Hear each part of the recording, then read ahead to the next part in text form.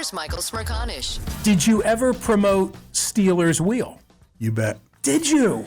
I had a club called the Bijou Cafe at Broad. By the way, we're off to the races already. Right. Why should we waste any time? Go ahead. I want to hear. No, they played a club that I owned, the Bijou Cafe in Center City, Philadelphia. There was a one-time thing. They played 3 or 4 days. Yeah. This is Larry Magid. Larry Magid has just been instrumental in the release of a brand new book. Need to make sure that I promote it. It's called The Philadelphia Music Book, Sounds of a City. And all the royalties from the book benefit the Philadelphia Music Alliance. You're such a philanthropist. Good for you. And in addition to being available at Amazon, it's available directly from the Music Alliance website, also in some Philly area bookstores, Barnes & Noble, Main Point Books, Narberth, and Head House Books. Great to have you here. You will be known indirectly to this audience because 40 years ago, you were the promoter of Live Aid. I produced the show, yeah. You produced the show. Is that the proper way to say it? No, you can say it any way you want. Okay. I was there. So I'm so excited to have you in studio. I brought some things from my personal scrapbook. Okay. I'm going to hand over to you what I extracted from the scrapbook earlier today, and only that side applies. Oh boy. What are you looking at? Well, I'm looking at the Peter Frampton, Leonard Skinner, Jay Giles show at JFK Stadium, June 11th, 1977. You promoted that show. You bet. I loved it. That show was Larry, it's a key part of my life. It's a key part of my life. But those are all like ticket stubs. Now, they're not all Philly shows, but those are a lot of your shows. A lot of them, yeah. I mean, I think I paid $5 for my Bob Seger tickets. Sounds right. Those were the days. Yeah, you sat up in the... Well, I didn't know you. I couldn't ask you for tickets yet. $5, $6, and $7. Yeah. $5, $6, and $7. Yeah. So in my hands, I have ticket stubs for Springsteen. Back in the day, 1981, he did several nights in a row, and I went to 3 straight nights. And right at the top, Electric Factory Concerts. Yep. That's you. That's me. You did Bruce's shows. I've done every major Bruce show in Philadelphia for 51 years. Okay. I'm looking at Bowie at the Spectrum. Right. Was that you? Of course. Yep. Okay. How about this? This is another night that I remember so well. March 31, I think it was 1979. I paid $6.50 for my Genesis tickets. Mm-hmm. That's right. That's you too. That's me. Okay. Hold on. Beach Boys at the Spectrum. Yep. That's you. All right. I don't know why. I spent my whole life entertaining you. Huh? You have. Yeah. You have. I mean, I won't go through them all, but I'm looking at, well, here's one I have to mention because you and I both love John Anderson. Yes, In the Round back in the day. 1991. There you go. Right. Fleetwood Mac. Yeah. Kansas, yeah. Styx, Mm-hmm. Christopher Cross. Yeah. That's the way I felt. I don't know why we both feel that way. The Who. Yep. The Who. We did multiple times. Most of these acts I've done multiple days, times. The Who go back to Electric Factory and the club that we started in '69, and then we did the American premiere of Tommy at the Factory. 2 shows, $4 to get in. $4. $4. What I most remember about the Frampton, Skinnerd, Jay Giles band event is that the previous summer, the headliner had been Yes. Yes, and Frampton co-headlined, yeah. Frampton releases Frampton Comes Alive. One of the great live albums of all time. And I guess that was like Bill Graham produced. He's your guy on the West Coast, right? Like Graham on the West Coast and Larry Magid on the East Coast. Right. So Frampton comes out and he commands the show because Frampton Comes Alive had just come out and Yes were put in an awkward position because they were the headliner. Right. Well, they were actually co-headliners, but Frampton went on before Yes. Okay, this is my history, okay? This is the way I lived it. Okay. So I'm just kidding you. I'm just kidding you. No, that's everybody. Mickey, tell him I'm making jokes in here. It's all good. It's all Talking to good. my security guard. Okay, so now it's the following summer. Frampton rushed that next album, I'm in You. Yeah. So now he's your headliner, except Leonard Skinner have released one more From the Road. Kick their Ass, butt. right? Oh my God. Oh my God, Larry. So I'm one of the 100,000 who was there that day. Right. And what I remember is that, and by the way, Ronnie Van Zant, was he a good guy to work with? Yeah, they were really good guys. The Skinner guys. And great in person.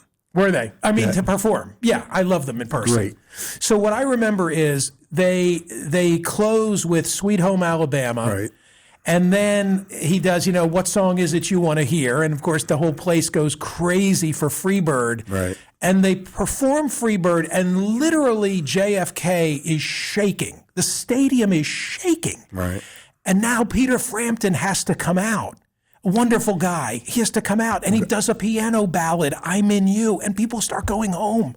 Yeah, it was what happened to Frampton the year before. He had hit his peak, and then the following year he was in the movie Sergeant Pepper. Sergeant Pepper, which was a disaster, and Yep. he wasn't an actor, and his manager put him in all these teen magazines, and Right. it really hurt him, and it took him a long time to recover. He never headlined a stadium again. I don't know that he headlined arenas again, and it was a long crawl, but 21 years old, and you've already peaked. So I've had this very conversation with him. I've gotten to know him a little bit over the years. He's a wonderful guy. Terrific guy. Wonderful guy. And a great player. And a great player. And is dealing now with some physical issues. Right. Thank God he's in the Rock Hall. Right. Same thing about Yes, they waited too long. Too long. But I've had the conversation with Peter where I've said to him, well, what does it feel like to have gone from that high to, then having to sort of resume where you had been previously? I think as well as anybody could deal with it, he's dealt with it. Yeah, it was hard. I knew I had conversations with him through the years, and I guess about 15, 18 years ago, he was still a little bitter. But you trust your management, you trust your team, and trying to follow Leonard Skinner, who was just really hit their stride with great live act. It was just too hard. Now, had he performed before Leonard Skinner, right, that would have been a different story. Right. He would have survived. He would have gone on. He would have gotten through the Sergeant Pepper debacle, and he would have maintained a star, being a star. But yes, they rushed that album out, and you're following a terrific album. One of the few people that were actually captured live at that point, and successfully, and it was just a wrong move for him. But the 100,000 people the year before, and sure, he'd come back. I'll tell you a story that he's told me that I can't forget, and that is that on one of the shows, I don't know whether it was the first summer or the second summer, that his father, with like a Bell and Howell recorder, was backstage and took film clips, and Peter has used those in his walk-on videos more recently. Great. And that's his dad who took it. That's great. It's an awesome story. Yeah. Okay, July 13, 1985. July 13, 1985. I'm looking at the poster. Wembley has Adam Ant, the Boomtown Rats, Bowie, Phil Collins, Elvis Costello, Dire Straits, Elton John, Brian Ferry, Howard Jones, Queen, Sade, Spandau Ballet, U2, Neil Young, Wham, and The Who, among others. Right. You in Philly. No, we had Neil Young. Okay, I'm looking at a poster where he's on their side of the ledger. He didn't do a Phil Collins, did he? No. Didn't? No. Okay. Bryan Adams, The Cars, Eric Clapton, Duran Duran, Boy George, Hall & Oates, Mick Jagger, Billy Joel, Waylon Jennings, Judas Priest, Chris Christopherson, Huey Lewis and the News, Robert Plant, which I guess became, really it was Led Zeppelin, that show that they didn't want. What poster are you looking at? It's just Look at. no, we didn't. Christopherson didn't play there. And by the way, your recollection of all these is just as sharp as it was the other day. Stevie one, and Neil Young is listed on your side of the ledger as well. Yeah, Crosby, Stills and Nash, and then we did Crosby, Stills, Nash and Young set. We did the Led Zeppelin reunion. We did Madonna. Yikes! We did, hey, yikes on the Zeppelin reunion. You know what happened there? Well, they didn't rehearse, and it was just something put together quickly, and I got the call from England saying, "Would you like Led Zeppelin on your show?" And I said, "Are you kidding? That is the show." Right. And but we, not every, you have 15, 17 minutes. Queen rehearsed, and there wasn't a lot of rehearsal. It was, Dylan with Keith Richards and Ronnie Wood, that wasn't rehearsed, and the Mick Jagger, Tina Turner thing, that wasn't really rehearsed. So how was it decided which acts would be at Wembley and which would be at JFK? Well, the Wembley Stadium had a head start on us. And we came afterwards and put a show together. And I thought we had a better show. Was it left to you to go do the recruitment? Yeah. So you would work that Rolodex of yours. Yeah. Well, yeah. Bill Graham and I worked together, but we booked the shows together. It was a group effort, and it was a lot of fun, and it wasn't easy in the beginning because you had to explain what you were doing, and then once it started rolling, then people that had turned you down were coming back and wanted to do the show. We could have done a whole other day. Here's the way it began in Philadelphia. This is your Woodstock, and it's long overdue. You're shaking me. And it's nice to know that the money out of your pockets Okay, will go to food. Why are you shaking your head at Joan Baez? I love her. She's great. Me too. And Mickey's favorite, my wife's favorite. Diamonds and Rust, one of my favorite songs. Beautifully written. Beautifully written, beautifully sung. She's great. I thought it was the wrong place, the wrong opening. It was a rock and roll show. Okay, put me in the moment. Where are you when she walks out on that stage? You've done all this work. You've got so much investment in it in terms of your work capital and your reputation. Where are you standing? What are you looking at? I was pretty close to the stage at the time when Jack Nicholson came out and welcomed everybody. He was our host and an MC, and I didn't know about Joan Baez until hours before. That was one of Bill's surprises, and You rolled with it. No chance to change anything at that point, and well-intentioned, well-meaning, and then we came on with the Hooters. Philadelphia band played a great short set, and we were rolling. And then we didn't stop until 11 o'clock that night. Of course, everybody remembers Phil Collins and what he pulled off that day. Let's listen. Good evening, Philadelphia. Good evening, America. Good evening, London, and good evening, the world.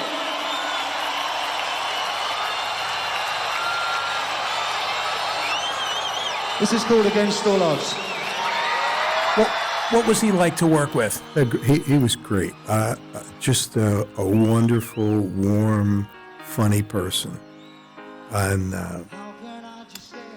unfortunately, he's not going to work again. Yeah.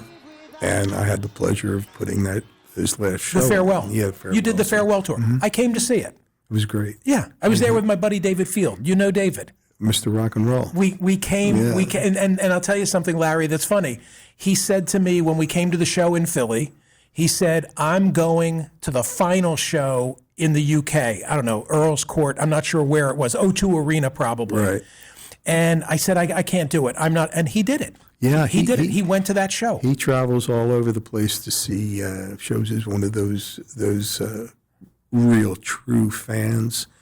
I think he has more ticket stubs than I do. I wouldn't be surprised. Yeah. So Phil Collins was a pleasure as well. Always great, really great. A lot of fun to work with. Through the years, actually, I want to ask you this: your own musical taste. Right. So what act or acts? What's the type of thing that are you a rock and roll guy? You must be. Oh yeah, I'm a rock and roll guy. I've been that way since I was 10, 11 years old, when rock and roll was really starting off, rhythm and blues, race music at that time. And I was a total rock and roller, but I liked other music. I liked jazz. But who would you get excited to see, whether you promoted them or not? I got excited a lot. I love seeing Springsteen. I love seeing the band, and I worked with them a lot in the beginning, and that was really, truly a lot of fun. Yeah, that was great. It's funny that you mentioned Springsteen, because I guess it was 2 years ago, I was at a Phillies World Series game. Right. And on the Jumbotron, they put up two people. And I look at the Jumbotron and I say, hey, there's my friend Larry Magid. Right. Before they announce, sorry, Larry, Bruce Springsteen is here. Everybody goes crazy. He got the biggest applause of the night, more than any ball player. So how does that happen? You call him and you say, you want to go to the game with me? Yeah. I said, "What, you don't want to go to see a baseball game? How about the World Series?" And did he drive down the turnpike? Yeah. And that's it. Well, he has a driver. He drove down and. Did people leave him alone at the game? Yeah, it was amazing how reverent people were, and there were a few people came over with them to shake hands or take a selfie, but pretty much it's what I expected. Did you promote him, do his shows all the way back to prior to Born to Run? 51 years. 51 years you've done his shows. 51 years are the longest continuing a relationship with him than anybody in the business, and he's just a great guy. Did you do him at the Main Point? No, it's a funny thing. I had this club, the Bijou, and we had a 4-day format, and the only day we made money on was Saturday night. Then we were trying to build acts at the club, and the manager called and said, Bruce Springsteen, and yeah, great. What dates can you work? And then he said, well, we have a Wednesday through Friday. We have a big college show for us on Saturday. And I said, well, I can't do it. I need the Saturday night, and I screwed it up. And that's been probably the biggest regret I've had in the music business, not acquiescing. I said to Bruce Springsteen. Which is a longer relationship? Your relationship with Bruce or your relationship with Billy Crystal? Billy. Billy. But even before Billy, Bonnie Raitt.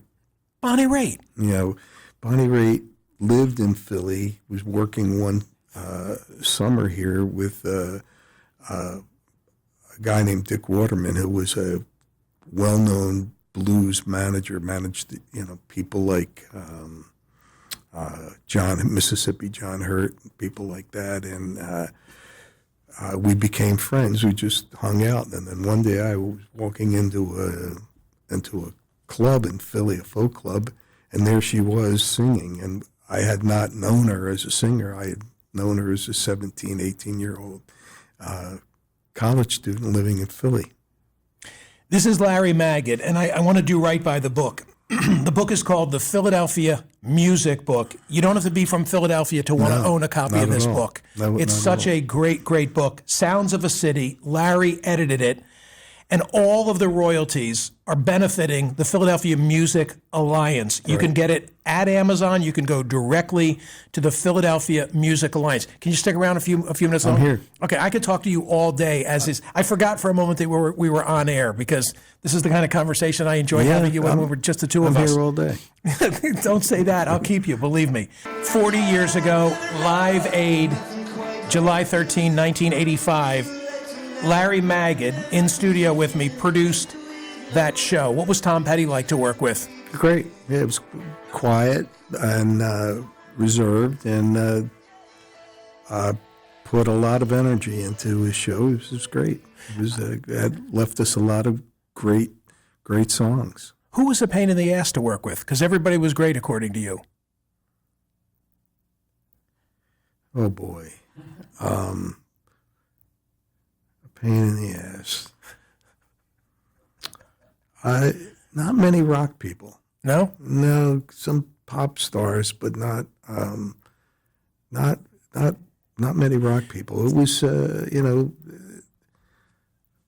touring is difficult enough, and if there's anyone difficult, it's not the artists themselves. It's someone acting on the artist's behalf. It could be a tour manager, it could be a tour accountant.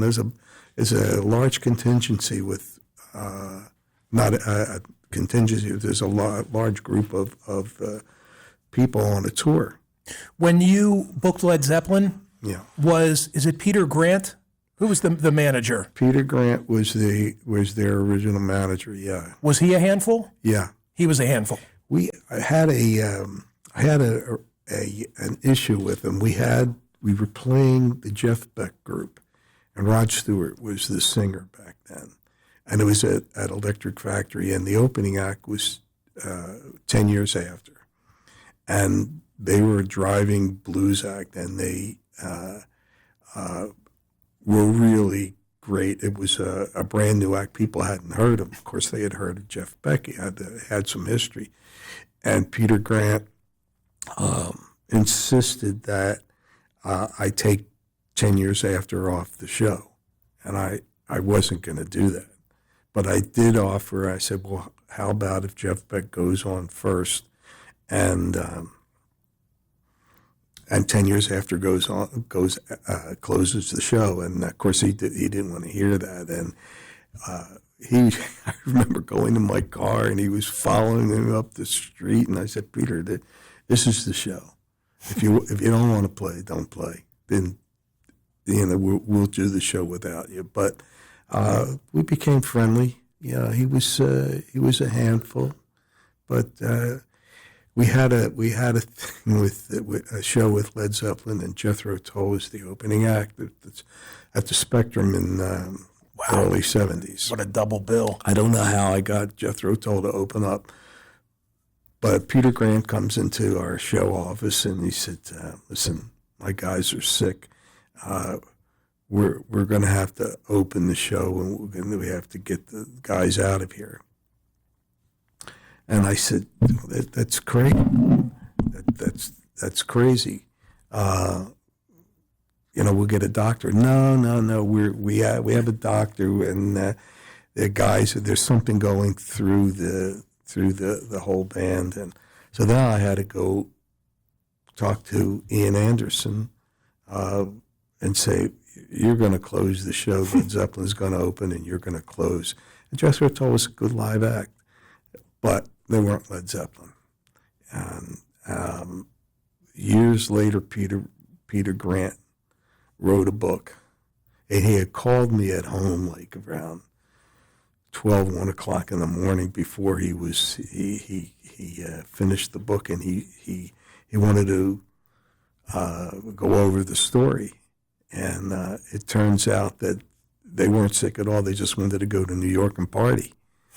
And it was in his book. And of course, what are you going to do? It's years later, so you can only laugh at it. But Speaking of performers who aren't feeling well, Roger Waters writes Comfortably Numb about a night at the Spectrum when he says he wasn't feeling well and the doctor is brought in and so on and so forth. Do you know anything about that? Pink Floyd loved playing Philadelphia, and Right. they always made it a point to play Philadelphia. It was one of the cities, and then they would ignore a lot of other places. So we had a relationship, but they got stranded in somewhere in the Midwest, and they said, we need $1,750 to get home. 1,750. Yeah, 1968, and we had already played them, and they were great. A completely different group at that point. So we worked out a deal that they would play on a bill with Savoy Brown, and we would do 2 shows a night. The Savoy Brown and another band I think was called Chicken Shack, and they were in the middle. And they never forgot that. They always remembered that.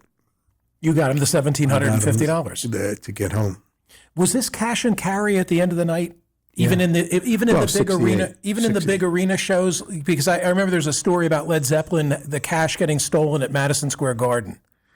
Sometimes the bands would ask for part payment in cash for whatever they needed. They didn't ask what it was for, as long as they signed this slip of paper that they received the money. Because there were federal agents that would come every once in a while and said, "Did you pay this act in cash?" And of course, you pulled out the receipt and said, "Well, yeah." Right. I'm sure it didn't look like their receipt, but yeah, I completely understand. Right. I promise when we come back, one more segment, we'll talk about the book. Okay? You're indulging me, and I love the stories, and I think everybody else loves the stories, and I appreciate it, because you've probably been asked 1,000 times to tell most of them. So thank you for that. They sound great, and this song actually changed the arc of popular music in America. How so? Just one of those phenomenal recordings. Of course, it was a crazy thing that following the story and living through it. It took a year or so to make an album, where most people make an album in 2 days, 3 days back then, and this was a lot of trial by error, and there was there's a lot of drama, and then when it came out, it was just a spectacular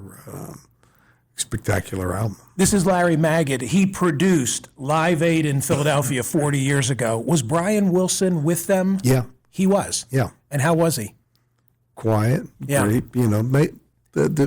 Mike Love was pretty much the spokesman of the group, and who actually wrote a lot of their songs, or co-wrote a lot of the songs. And I was friendly with Carl.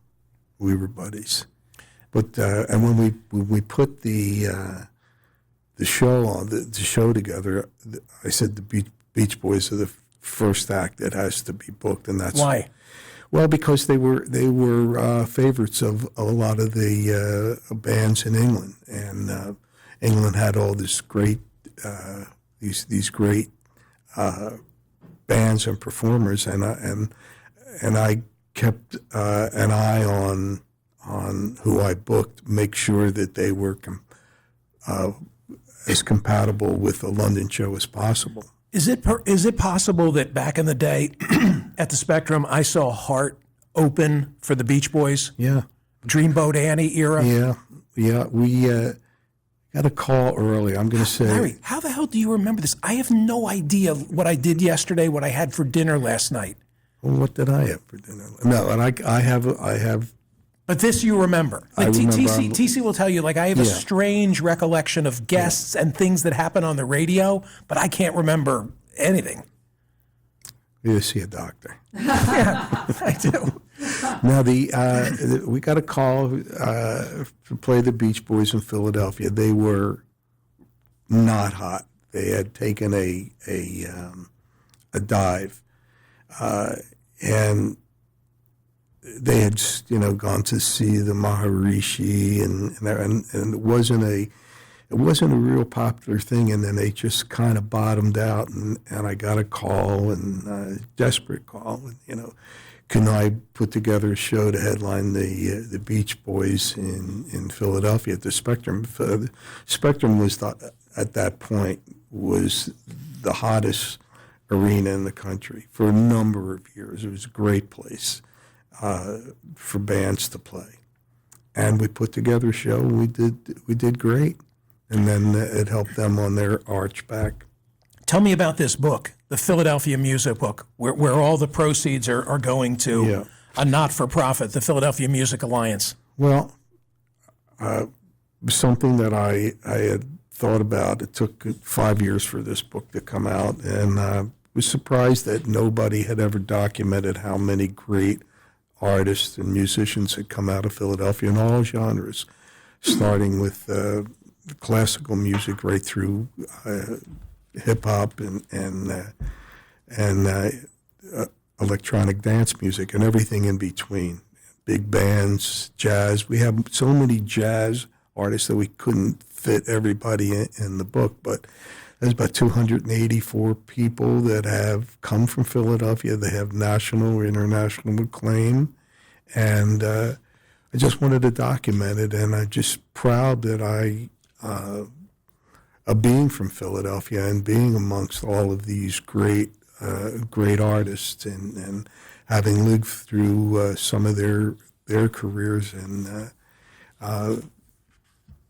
it's not just the book for Philadelphia. It just documents what came out of here. That more people, you would think that more people would come out in New York, but and maybe they did. But there's so many more people in the city of 1.7 million. All these great artists and that have helped change the world through their music. It's also beautiful. It's a coffee table book, and it's beautifully produced. Camino did this? Camino did this. They did a hell of a job. Yeah, I know a thing or two about this. They did a beautiful job. Yeah, we hired 13 writers, Philadelphia writers that knew each particular genre, and the first edition sold out quickly. We never even got to stores, and then while we were putting the second edition together, we added another 40 pages of bios of all these great people and added a couple of stories. And Philadelphia has a burgeoning rock scene right now. A lot of groups from Philly are making a lot of noise throughout the country and the world. And Mountjoy, Philly, just sold out Madison Square Garden 2 days at the Mann Music Center Amphitheater. Japanese Breakfast, War on Drugs. There's just so many new. You still promoting shows? I work with Bruce and occasionally do a show.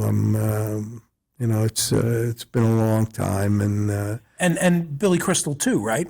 Well, you'll still do work for Billy? Billy, and if he works again, and wants to work, or Bette Midler, and but we've done a lot of tours and a lot of different things, and it's been great. This was fabulous. Thank you. I feel a little self-indulgent because I so love the stories, but it's great, and the book is beautiful, and you're raising money for a good cause, so that I hope wherever people live, they can go to Amazon, and they can buy the Philadelphia Music Book, the Philadelphia Music Book. And may I say, as my ticket stubs will document, thank you for 1 million memories. 1 million memories. Larry, the Sunday Inquirer used to come out, and the arts and leisure section would have vertical columns from you, ads, and it would be who's upcoming. And I would wait for that part of the newspaper, get it from my parents. And this was in an era where I would literally sleep out in my car for tickets, because there was a Ticketron machine at the Sears in Doylestown. And the best seats were always at the Spectrum if you'd go into town and sleep out there. It was section 102, I think. Boy. Right? Was right down front. And we never got access to 102. Like out there in suburbia, the best we could do was 106 or 107. I'm going to have to talk to someone about that. Happy Thanksgiving. Thank you. Thank you. Pleasure. Careful on that chair. TC's going to make sure that you're good shape on that. Larry, this was great. I love it. Thank you. The book is called The Philadelphia Music Book. Go to Amazon and get yours.